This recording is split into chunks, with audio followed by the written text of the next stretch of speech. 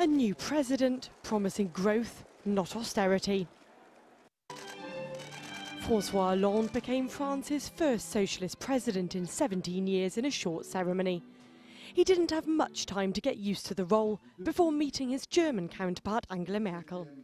His inauguration came as fears increase that the Eurozone's heading once again for crisis and that Greece could leave the single currency. Hollande is calling for Europe to stick together. Je mesure aujourd'hui même. I'm assessing even today the weight of the obligations which our country faces. Massive debt, weak growth, high unemployment, damaged competitiveness, and a Europe which is struggling to recover from crisis. For European finance ministers meeting in Brussels, a small bit of good news. The Eurozone narrowly avoided falling back into recession in the first quarter of 2012. But the debt crisis sucked the life out of the French and Italian economies. And the figures showed the gap continues to widen between the rest of the bloc and strong exporter Germany, whose output grew by 0.5%.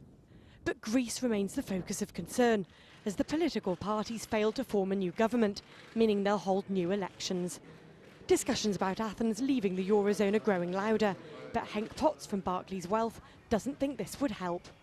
The idea that you can simply reject this austerity package while staying in the Eurozone, quite frankly, is ridiculous. They need to make that commitment to European leaders that they appreciate they've got to work as hard as possible to try and rebalance the finances, to bring down the debt, to bring down the deficit, if they're to be given the aid and the support of other European countries. And if Greek politicians don't want to do that, analysts say they'd have to default and leave the euro.